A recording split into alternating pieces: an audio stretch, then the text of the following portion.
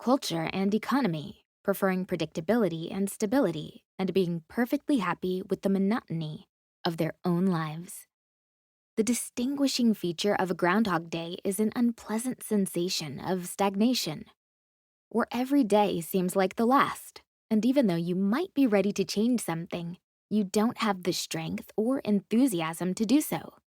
And it's not even clear what to change or how. If this sounds familiar, then let's figure out how to finally get out of this rut. At first glance, the problem looks easy to fix. Something from the series, tired? Take a rest. Hungry? Eat something. Sick of having a monotonous life? Changes something in it. Finally, stop whining. Don't be a wimp. For some reason, though, such a simple to genius method doesn't work in the case of a Groundhog Day. Why not? Usually, people mention laziness and fear. Say you're scared to leave your comfort zone, or you're just lazy because things aren't so bad the way they are. This isn't the case, though. A Groundhog Day is not a comfort zone, and you aren't relaxed in it, but experience serious discomfort. More often than not, the problem is that you actually lack resources, time, enthusiasm, and energy. To top it all off, you basically don't know what you want or in which direction to move. To start with, let's deal with routine. Despite the fact that we do many routine tasks on autopilot, they take up a lot of time and effort. We really do often underestimate the full weight of tasks that we manage to get through without giving them any particular thought. Of course, we underestimate the time we spend on all of this as well. So measure how much of your time they take up on 2 or 3 of your typical days. Over the course of the day, simply note down all, absolutely all of your tasks and actions in the day, and indicate the time spent on them. Believe me, you will be surprised. You might be astonished by the volume of tasks that you manage to get through or the variety of issues that you manage to resolve. Or perhaps you'll be surprised by the amount of time taken by these so-called minutiae, which nevertheless, someone has to do. Take a look at your lists again. Is there anything you could get away without doing? Or could you delegate anything? Or do it, but in a simpler way? Despite the monotony of its events, Groundhog Day is in fact filled with chronic stress, only of low intensity. So low that it seems normal to us and we don't do anything about it. We should though, because our body uses up a huge amount of perfectly good energy trying to cope with it.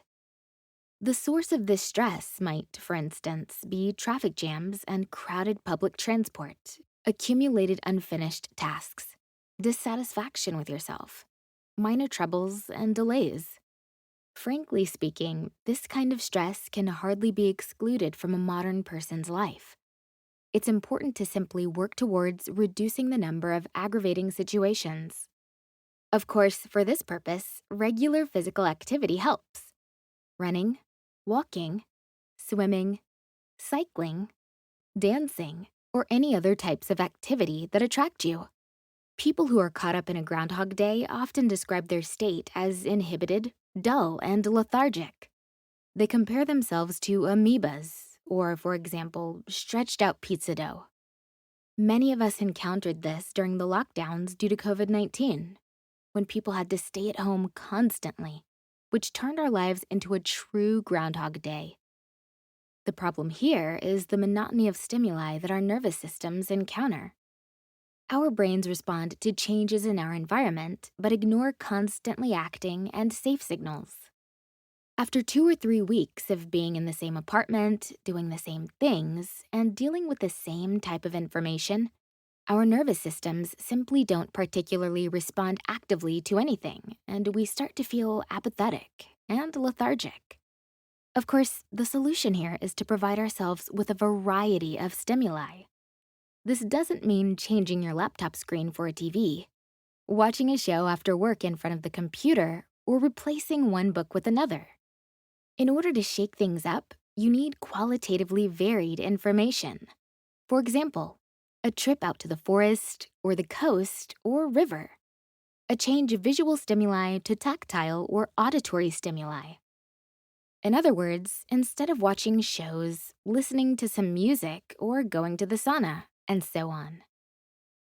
Wait, you might say. It takes time and energy to do that, and I don't have them. Is there any chance for me to get out of this Groundhog Day? Of course there is. Start small. Go to work, then home by a different route. Change your brand of yogurt, milk, or bread. Get behind the wheel of your car from the passenger seat. Put on some music that you've never heard before. If you can, change the location you work in, especially if you are working from home. Write your list of tasks with your non-dominant hand. Initially, it's not the meaning of the change itself that's important, but just the fact of making it. Later, this will go